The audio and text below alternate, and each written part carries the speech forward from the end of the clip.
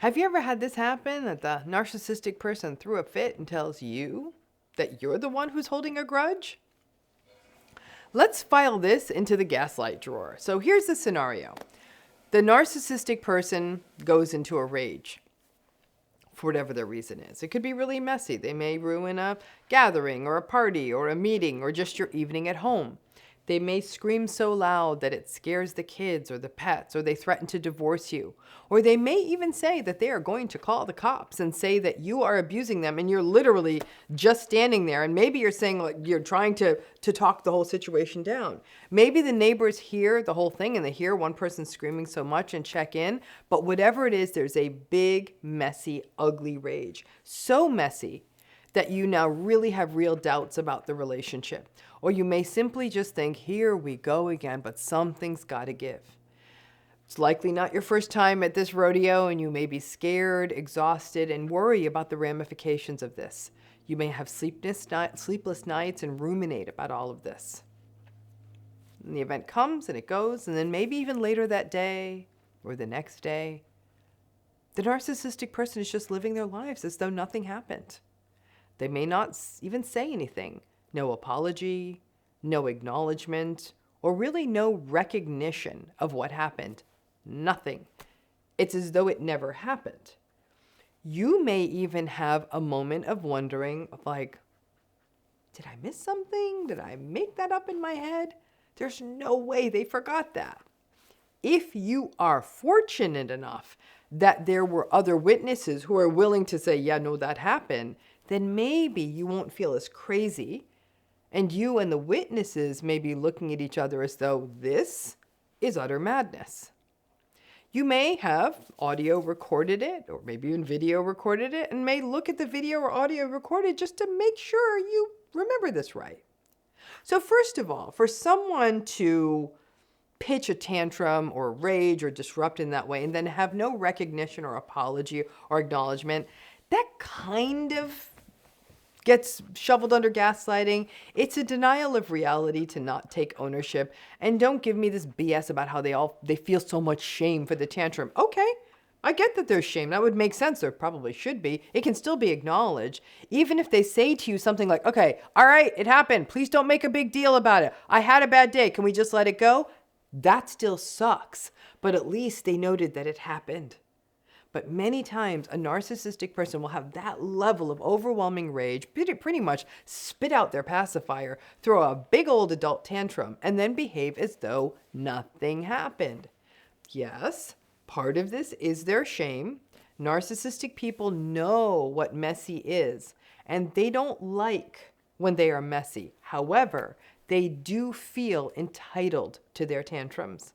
And those tantrums can help narcissistic people regulate, because emotional dysregulation is such a central part of this pattern. Listen, if we could go off every time that things go wrong for us, we'd all be able to let off some steam, but most of us don't do that. We certainly don't have the luxury of doing that, and we don't do it because we have empathy, because we don't want to upset people around us, but most crucially, because healthy people are capable of emotional regulation. It's part of being an adult. People with antagonistic personalities are not. And then, because none of us are perfect, and sometimes we do have our version of tantrums, most of us will take accountability. Antagonistic people won't. Now, if you've been in this relationship long enough and you understand the patterns, and you know that saying something to them won't get you anywhere, and after losing a day or night or a couple of days and nights or an afternoon to their tantrum, you don't have the bandwidth or the resolve to endure yet another tantrum by trying to communicate or hold them accountable. Instead, what you might do is you might find yourself disengaging, shutting down a bit, distancing a bit, all very, very normal in the face of someone who just behaved like that. You know, you're mad, but communicating won't do a thing, so it is very, very normal, like I said, to disengage. And as you're listening to this, I'm sure many of you can fill in what happens next. Many people in these situations will be told, you're going to hold a grudge now, aren't you? You can't let anything go. Well, if they say that, now at least there's the tiny win, because they're sort of acknowledging that something happened that warrants a grudge. It's a sad thing to put in the win column, but you can. But now it's one more gaslight because you're the problem. You're the one who can't let things go. You're the one who holds on to anger. So this is, again, it's the never being able to move in the relationship in a way that you feel like that feels anything close to normal. So what does the narcissistic person want? Well, what they want is they want everything to go back to normal as though nothing happened. They get to save face and seem good and not feel that shame around their tantrum, while you had to weather one more difficult, unpredictable episode in this relationship, and you're supposed to just keep on keeping on as though nothing happened. And through this, you can see the many ways that betrayal blindness evolves in these relationships, especially if you had to endure these kinds of patterns with a parent.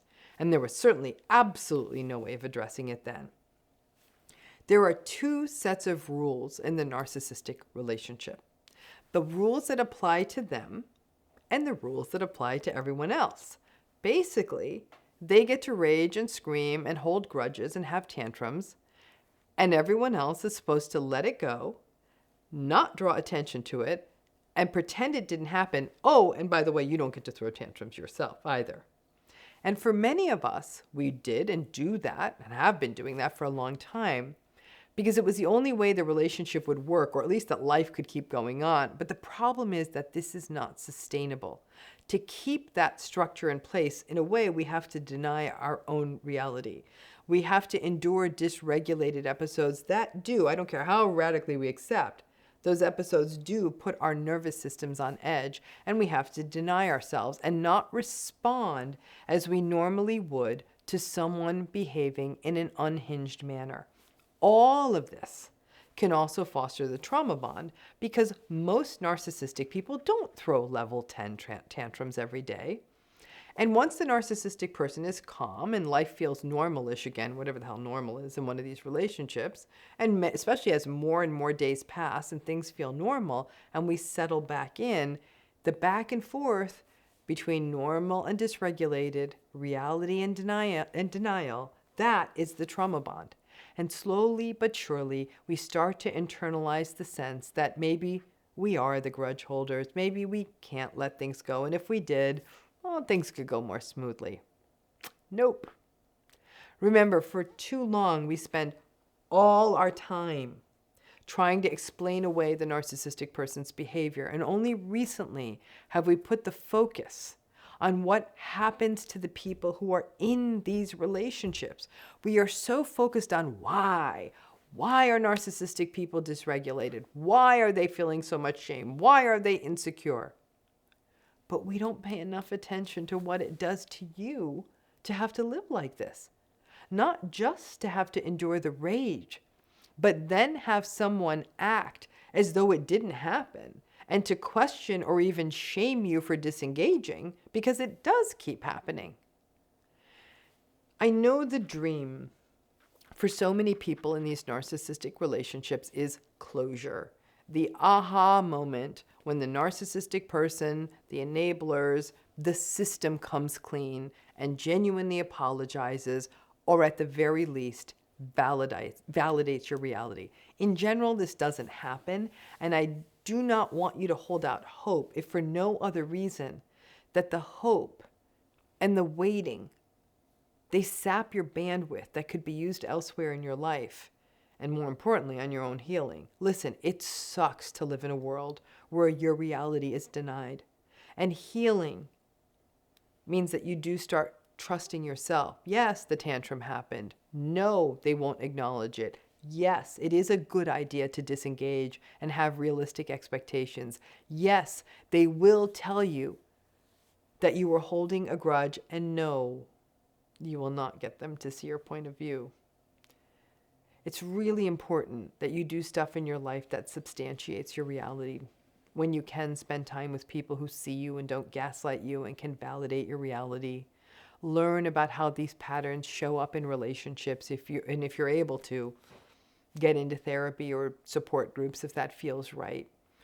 Do things that are meaningful to you.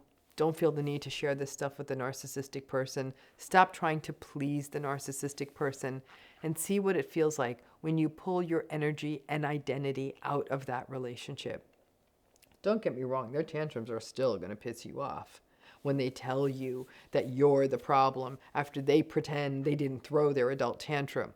Nothing will stop that feeling in you, nor should it.